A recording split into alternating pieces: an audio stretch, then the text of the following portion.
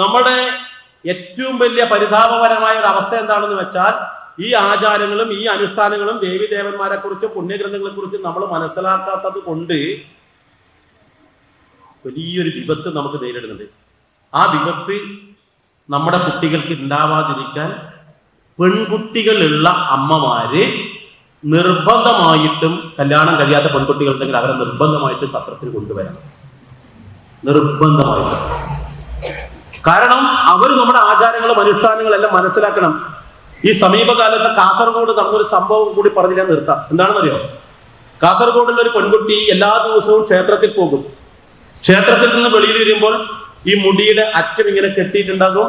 അവിടെ ക്ഷേത്രത്തിൽ കെട്ടിയ ചെക്കിയുടെയും തുളസിയുടെയൊക്കെ ഇത് അവിടെ മുടിയിൽ വെച്ചിട്ടുണ്ടാവും. ഈ മുടിയിൽ വെച്ചെടുത്ത് ഈ കുട്ടി ചന്ദനമിട്ട് നടന്നു വരുന്ന വഴിയിൽ ഈ കുട്ടിയുമായി യാതൊരു ബന്ധമില്ലാത്ത ഒരു പയ്യൻ അവിടെ നിൽക്കുന്നുണ്ട്. ഈ കുട്ടിയുടെ വിഭാഗത്തിൽപ്പെട്ട ആളെയല്ല. ആ വരുന്ന വഴിയിലാണ് ഈ ചെറുപ്പക്കാരൻ ആ കുട്ടിയെ എല്ലാ ദിവസവും ശ്രദ്ധിക്കും. ഒരു ദിവസം ഈ കുട്ടിയോട് പറഞ്ഞു, നീ നല്ല സുന്ദരിയാണ്, നിന്നെ കണ്ടാൽ ആരും നോക്കിപ്പോവും, എന്തൊരു സൗന്ദര്യമാണെന്നറിയോ നിന്നെ കാണാൻ എന്ന് ഈ ചെറുപ്പക്കാരൻ പറഞ്ഞു. അപ്പൊ അവരുടെ മനസ്സിൽ അത് ചെറിയൊരു അലയടി ഉണ്ടാക്കി. അമ്മയോ അല്ലെങ്കിൽ സഹോദരനോ അച്ഛനോ ഒന്നും ഇതുവരെ അങ്ങനെ പറഞ്ഞിട്ടേ ഇല്ല. ആദ്യമായിട്ടാണ് ഒരു ചെറുപ്പക്കാരൻ ആ പെൺകുട്ടിയോട് പറയുന്നത്. ഇത് കേട്ടപ്പോൾ ആ പെൺകുട്ടി മനസ്സിൽ ഇങ്ങനെ ലഡു പൊട്ടി ഇങ്ങനെ പോവാണ്. പിറ്റേ ദിവസം വന്നു. പിറ്റേ ദിവസം അവിടെ ഇങ്ങനെ കണ്ണുകൊണ്ട് ഇങ്ങനെ നോക്കുവാണ് ആ ചെറുപ്പക്കാരൻ അവിടെ എവിടെയെങ്കിലും ഉണ്ടോ എന്ന്. നോക്കുമ്പോൾ വീണ്ടും അവിടെ ഉണ്ട്. അവൻ കോൾഗേറ്റിലെ പരസ്യം പോലെ ഒന്ന് ചിരിച്ചു കാണിച്ചു. ആ ചിരി കണ്ടപ്പോൾ അവളുടെ മനസ്സിൽ ഒരു കുളിർമഴ പെയ്തു.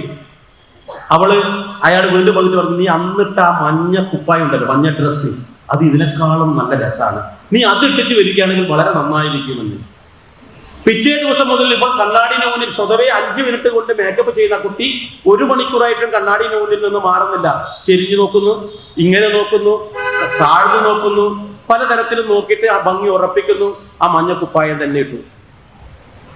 എന്നിട്ട് വീണ്ടും ആ 3-ാം ദിവസം പോകുമ്പോൾ ആ ചെറുപ്പക്കാരൻ കണ്ടു, കൈകൊണ്ട് ഇങ്ങനെ കാണിച്ച് സൂപ്പർ എന്ന് പറഞ്ഞു. എന്തിനേറെ പറയുന്നു, കൃത്യം ഒരാഴ്ച കഴിഞ്ഞ ആ കുട്ടിയോട് ഈ ചെറുപ്പക്കാരൻ ചോദിച്ചെന്നറിയാം, നീ എന്തിനാ ഈ അമ്പലത്തിലേക്ക് പോകുന്നത്? ഈ അമ്പലത്തിലേക്ക് പോകുന്നത് എന്തിനാണ് എന്ന് ചോദിച്ചപ്പോൾ കുട്ടി പറഞ്ഞു, ഞാൻ ദൈവത്തിനെ കാണാനാണ്. ശരി, എത്ര കാലമായി നീ ഇവിടെ പോകുന്നു? ഞാൻ ചെറുതിലേ പോകുന്നുണ്ട്. എന്നിട്ട് ഇത്രയും കാലമായിട്ട് ദൈവത്തിനെ കണ്ടോ? കുട്ടിക്ക് ആശയക്കുഴപ്പമായി. ഇല്ല. ഇത്രയും കാലമായിട്ട് നീ കാണാത്ത ദൈവത്തിനെ തേടിയാണോ ഈ ജീവിതം മുഴുവൻ പാഴാക്കുന്നത് എന്ന് കുട്ടിയോട് ചോദിച്ചു. കുട്ടിയുടെ മനസ്സിൽ ആകെ സംശയമായി. കുട്ടി വീട്ടിൽ വന്നിട്ട് അമ്മയോട് ചോദിച്ചു, അമ്മേ, നമ്മൾ ക്ഷേത്രത്തിൽ പോകുന്നത് എന്തിനാ? അമ്മ പറഞ്ഞു, ദൈവത്തിനെ കാണാൻ. അമ്മ എത്ര കൊല്ലമായി ദൈവത്തിനെ കാണാൻ പോകുന്നു? ഞാൻ ചെറുതിലേ പോകുന്നുണ്ട്. എന്നിട്ട് അമ്മ ദൈവത്തിനെ കണ്ടോ? അമ്മ പറഞ്ഞ് ആകെ കൺഫ്യൂഷനായി. അമ്മയും ദൈവത്തിനെ കണ്ടോ ഇല്ലയോ എന്ന് നമുക്ക് പറയാൻ പറ്റുന്നില്ല. അച്ഛൻ വന്നു, അച്ഛനോട് ചോദിച്ചു, മറുപടി കിട്ടുന്നില്ല. ആ കുട്ടിയോട് ആ ചെറുപ്പക്കാരൻ പറയാണ്, നിനക്ക് വളരെ പെട്ടെന്ന് ഈശ്വരനെ കാണുന്ന സംവിധാനം എൻ്റെ അടുത്തുണ്ട്. നീ ജീവിതകാലം മുഴുവൻ ഇതിന്റെ പുറകെ നടന്നില്ലേ? നിന്റെ അമ്മയും അച്ഛനും ഇതിന്റെ പുറകെ നടന്നില്ലേ? കണ്ടുകിട്ടാത്ത ആ ദൈവത്തിനെ വളരെ പെട്ടെന്ന്, ആ പടച്ചവനെ വളരെ പെട്ടെന്ന് ഞാൻ കാണിച്ചു തരാം, ഞാൻ പറയും പോലെ നിങ്ങൾ ചെയ്യണം. ആ കുട്ടി ആ വാക്കിൽ വീണു.